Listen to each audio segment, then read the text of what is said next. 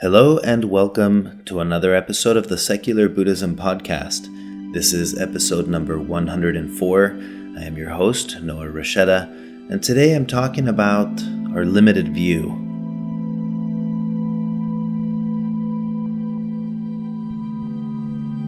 Keep in mind you don't need to use what you learn from Buddhism to be a Buddhist.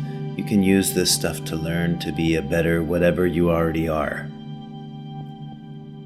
This week I've been thinking a lot about the concept of a limited view in regards to the questions that we ask.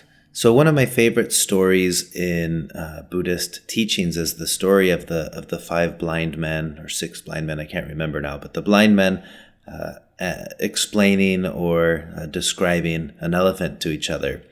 And I've talked about this before in the podcast, so I don't think I need to go into detail about the specific details of the story, but the gist of it is, imagine five blind people describing an elephant to each other or to everyone else.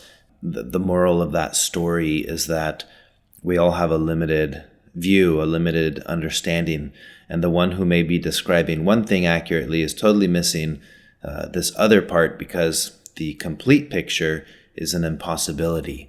And so it is with life and with reality. And I recently came across this notion again, just in the world that I reside in the paragliding world. We fly different types of paraglider wings. And there are probably a dozen or more major brands, manufacturers who make these wings. And then inside of each of those brands, you have some of them 5 to 10 different wing models and styles for flying. So like a beginner wing versus an intermediate wing, or a wing that's made for slalom flying versus one that's for cross-country flying, and so on. So you can get the idea pretty quickly that there are a lot of different wings out there. And I'm talking probably hundreds, if not more. And I always find it to be interesting when in the paramotor or paragliding forums online, people ask the question, hey, which is the best wing? And it's always like, what do you mean the best wing? And the interesting thing is so many people who chime in, oh, it's this wing. Oh, I fly this wing and I've been really happy with it. So this is the best wing. When someone asks me that question, it's like, well, I don't know because I've only flown a handful of wings and I can tell you between those which ones I liked or the pros and cons. But even the one that I fly doesn't necessarily mean it's better than this other one that I flew that I no longer fly. It's based on the style of flying, where you fly, how much experience you have flying, and so many other factors. But that got me thinking along the lines of what responsibility do we have to be more skillful in the type of questions that we ask? It got me thinking, if it's probably not skillful for a new pilot to get on a group and ask what is the best wing, or what is the best motor, or what is the best whatever. Because that's just not the right question. So again, that got me thinking, well, in what areas of my life do I do the same thing? And I ask unskillful questions because of my lack of understanding of the nature of how things are. And that's what got me back to thinking of this, the teaching or the parable of the blind men describing the elephant. So I wanted to highlight a couple things about that. I think, first of all, the wisdom of asking skillful questions. What does that mean? How can I be more wise in the type of questions that I ask? I think very similar to the mistake that's made with asking what is the best wing, or what is the best flight school, or what is the best whatever. We do this in our day-to-day lives when we're wondering, what's the best job, or what's the best career path, or where should I be living, or I'm trying to think of other examples of this with relationships. What's the best? How do I know that I have the best relationship, or what's the best partner for me when I'm searching for a partner and a relationship, or things of that nature? We do this all the time, and it makes me wonder: is there wisdom to be had in understanding first that life is the big elephant? And from our vantage point, we're all the blind people. We're all the ones trying to describe it. And sure, you can become an expert at this one area that you encountered of the elephant. Let's say it's the elephant's foot, and that's where you spend all your time. And I can give a semi-decent opinion on what I've learned about the elephant's foot, but then what a mistake I make if I am asking bigger questions beyond what I understand about the elephant's foot. If I'm starting to ask questions about what are the implications of the elephant's eye based on what I know about the elephant's toenail or something. But I think we all get caught up in that in our day-to-day lives. For me, this has come with the big existential questions, right? I've gone through quests in my life where I'm thinking, well, what is the best ideology, the best religion, or the best, is it no religion? Is it an absolute abandoning of beliefs or whatever? And then you kind of find that this thing that works for you, whether it's something big like an ideology or religion, and you think this works for me, therefore, if someone asks you, what's the best religion? Well, then you apply that same logic, right? Where it's like, well, it's this one. Well, how do you know that? Have you tried every single one out there? Have you tried to live according to every single school of thought or philosophy that is available that mankind has come up with? Because if you have, then maybe it's a slightly better opinion, but still it's impossible, right? That's not doable. It's not realistic. It simply cannot be done.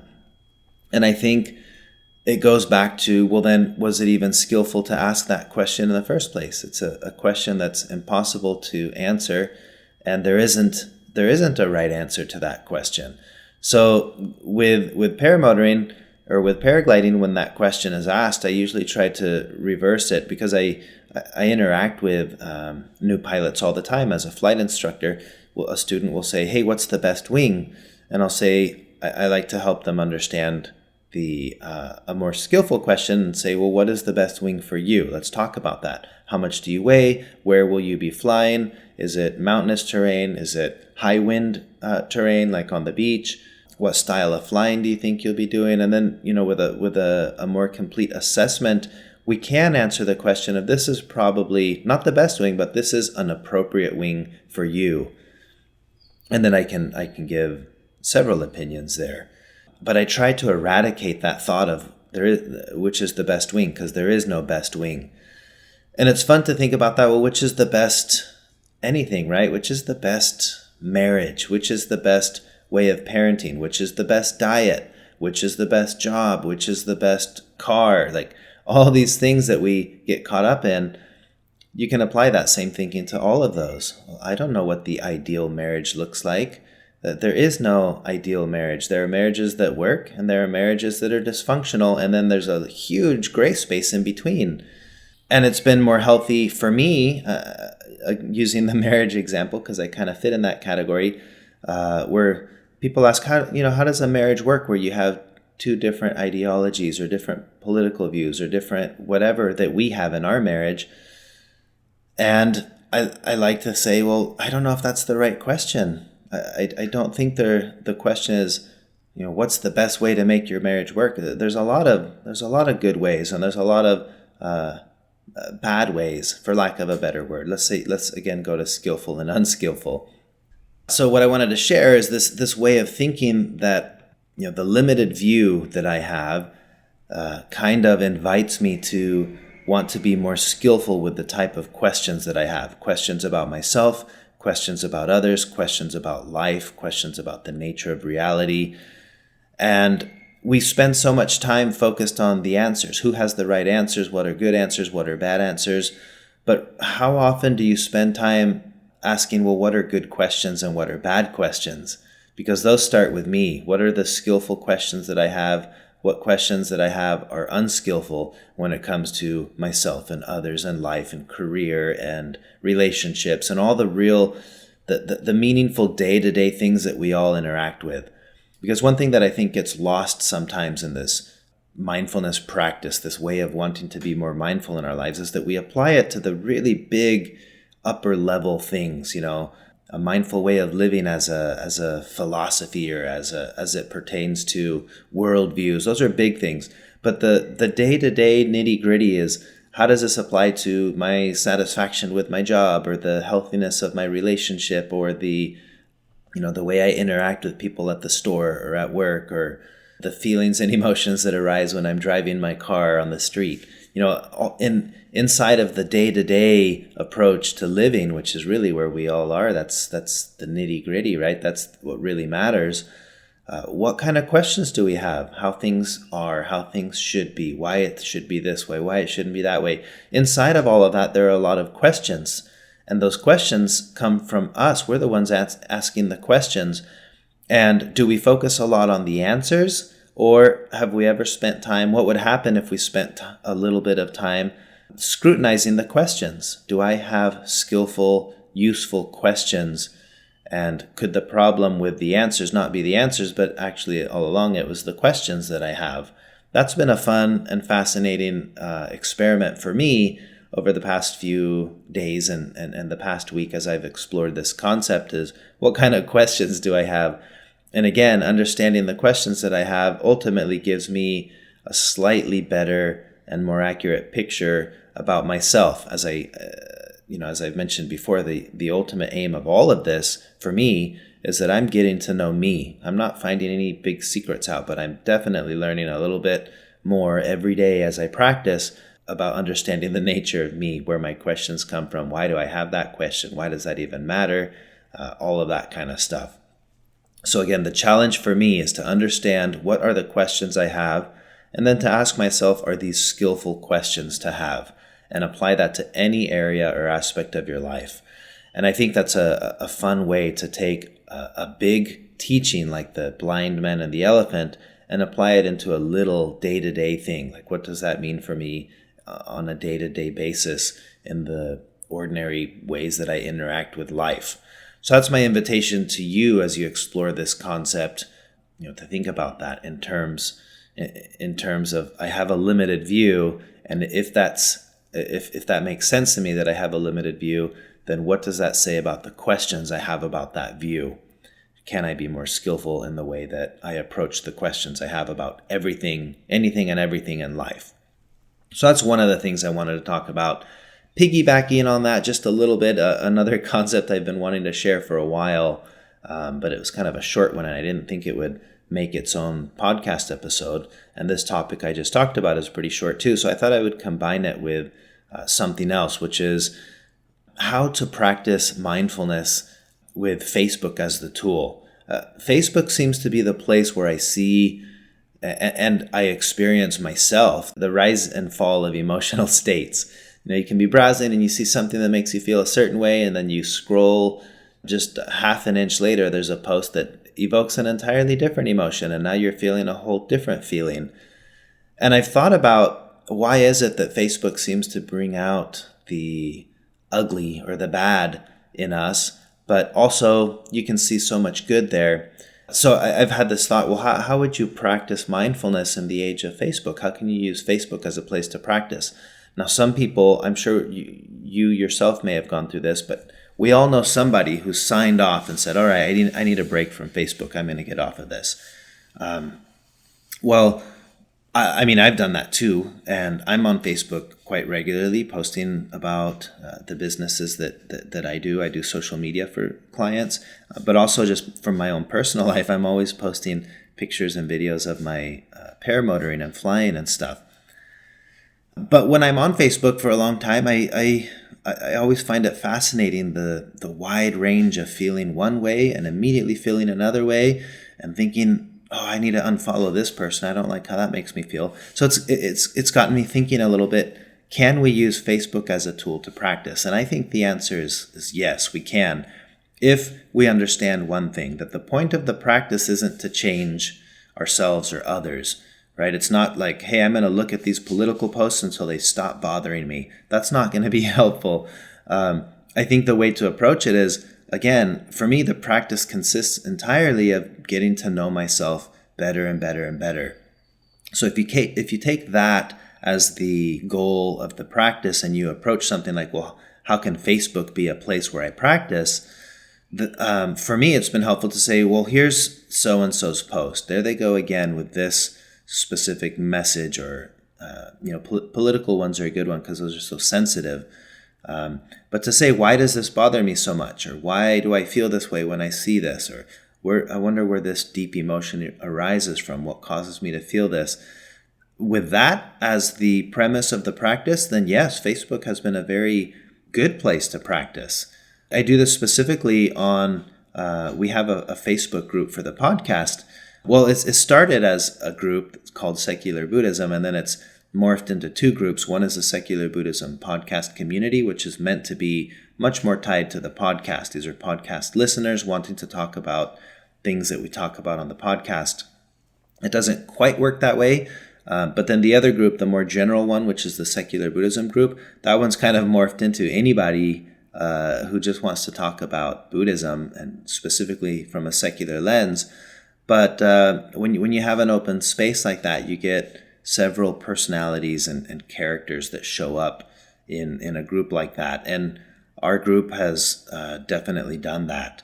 And so I wanted to talk about some of the roles or the characters that you see on Facebook, but again, using the mirror of mindfulness to say, do I ever see any of these roles in me? Am I ever playing any of these roles? And as I've done that in our Facebook group, I see, there's the brilliant one who has to come share their wisdom with us and make sure that you know that they're wise. At least this is again from my perspective.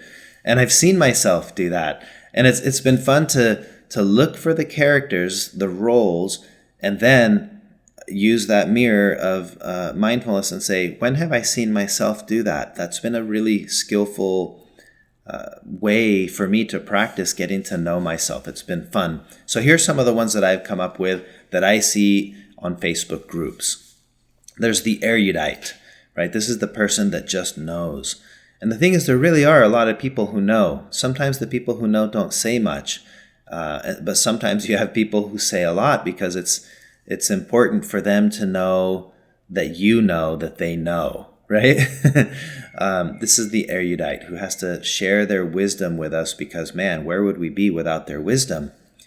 And again, I'm not making fun of any specific person because I have seen myself do all of these at one point or another. Oh, I better share this and make sure everyone knows that I know this topic. And now I can see it and it's almost laughable that, oh, yep, I do that too sometimes. So keep in mind, I see myself doing all of these things sometimes and some of them more often. So that's one. Do you ever see yourself do that, the erudite? The next one I've come up with is the peacemaker or the diplomat. You get some kind of disagreement going in a Facebook group or a Facebook post, and there's someone jumping in, guys, yeah, but think of this or think of that. And it's the peacemaker, the diplomat that's just like, I'm really uncomfortable with contention, so I do whatever I can to minimize that. That's me personally. So this is one of the characters I play a lot, the peacemaker and the diplomat. But I can step back and see that, again, with the context of where does that come from? Why does it bother me that these two people are going at it on Facebook? Why not just let them go at it?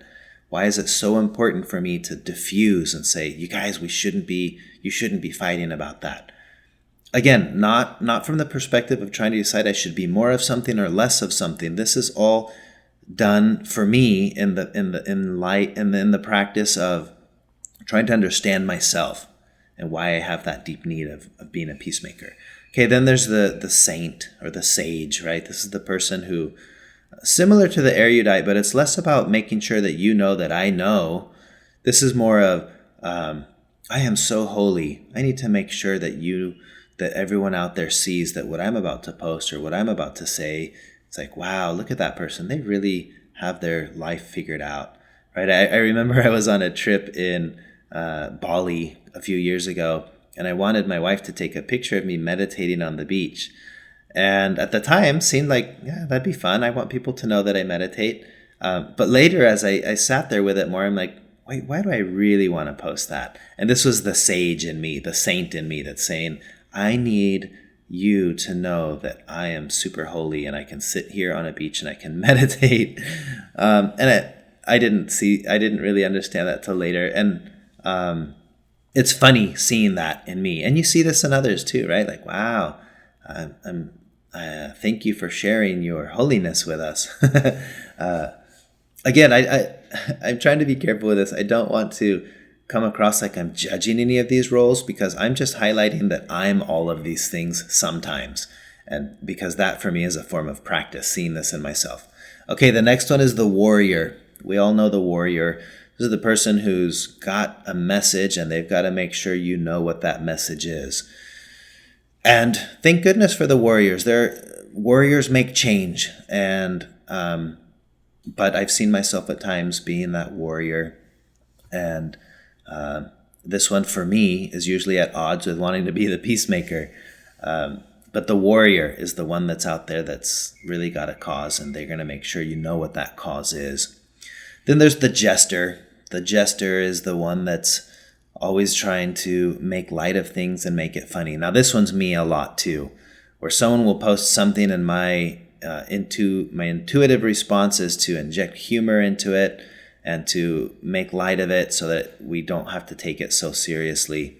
And I do that in a lot of aspects of my life. This is something I've seen about myself that I think can be good at times, but also at times it's like, why do I need to try to lighten things up? Let's just really get deep and talk about it. Why do I feel that need to inject humor? It may be, I think for me, it stems from my discomfort with confrontation and with contention, like I mentioned before. But we all know someone who's the jester, right? Then there's the cynic. And the cynic has reached the point where they're like, what's the point in even trying anything? I'm just going to not say anything. And I think this one can be kind of like the flip side to the peacemaker. It's like the peacemaker might say, I might be able to say something to diffuse the situation, where the cynic is like, there's no point. There's no fixing this. Everything's screwed up. And I found myself to be that from time to time. It's not a very common one for me, but sometimes it is. And when it is, I feel very cynical about being cynical. So the cynic, how often are you that? And then there's the troll. Everyone knows the troll. And of course, the troll is never us, right? The troll is always someone else. But this one's been fascinating to really entertain. Am I ever the troll? And I think more often than not, I'm not a troll. But in my mind, sometimes I'm the troll that's like, ooh, it would be fun to say this, and I won't say it or won't post it. But every now and then, I think there's the rascal in there that wants to troll people. So again, all the various types of people who post on Facebook, I am all of those. You are all of those. And if you hear any of these and think, no, I'm definitely never that one, I don't know about that. Maybe you are. Look closer. And again, the whole point of this isn't to say, okay, well, then I'm going to change this and I'm going to stop doing that. And that's not what I'm trying to get at. I'm trying to develop a more skillful relationship with myself and with the thoughts and feelings and emotions that arise in me when I'm on Facebook. And from that perspective, I think Facebook has become a valuable place for me to practice my mindfulness. And part of that has been scrutinizing which characters and roles I play in my life, like these that I mentioned. And I think it's a fun experiment for you to explore for yourself. Do you ever play any of those roles? So tying these in together, the time that we spend on Facebook and the highly valuable opinions that we feel that we have about certain subjects, combined with the limited view that I talked about earlier, makes for an interesting case. So Facebook is this big, massive elephant. No, life is the elephant, but we're all on Facebook trying to make sure others know how well we know about the big picture. And that's the irony, is that there is no big picture. None of us have the big picture. We can't see it. Life is so big and so many topics, and it's just, everything is so vast. And the one little area we can become experts in, maybe if it's skillful to share an opinion on that, then do it. The questions we have about the other areas that we don't know, is there a way to be more skillful with the questions that we have? Is there a way to be more skillful or unskillful with the answers that we think we have about when we're describing our area of the elephant? Those are the lines of thought that I wanted to share with you this week that I've been thinking about. And there are times in this whole way of thinking that kind of leaves me like, well, man, who am I to say anything about anything? I guess the most skillful thing I could do about life in general is just be quiet and not say anything. But I think silence is also skillful at times and unskillful at times. So I find myself once again in this position where there's just me, and sometimes I share things, and sometimes those things can be skillful for to be shared, and sometimes they're probably not. But I'm just trying to go through life being a little bit a better version of whatever I am, which gets right at the heart of the whole point of this podcast for me. So we're all just trying to become better versions of whatever we already are. So that's what I wanted to share in today's podcast episode. Facebook as a place to practice, a limited view as the default understanding that I have about life and reality is that I have a limited view, and I'm bound by that. I cannot have the more expansive view because I'm limited in space and time to being me, the me that's here and now, that's subject to the conditioning of where I was born, how I was raised, all the views that I have, the beliefs that I have, the beliefs that I don't have, and that's where I'm bound. And in the middle of all of that, can I be a little bit more skillful with the questions that I have? That's what I wanted to share with you guys. I hope you enjoyed this podcast episode. As always, feel free to review the podcast, share it with others, give it a rating in iTunes. And if you want to make a donation to support the work I'm doing with the podcast, you can visit secularbuddhism.com and click the donate button. But that's all I have for now, and I look forward to recording another podcast episode soon. Thank you for listening. Thank you for being a part of this journey with me. Until next time.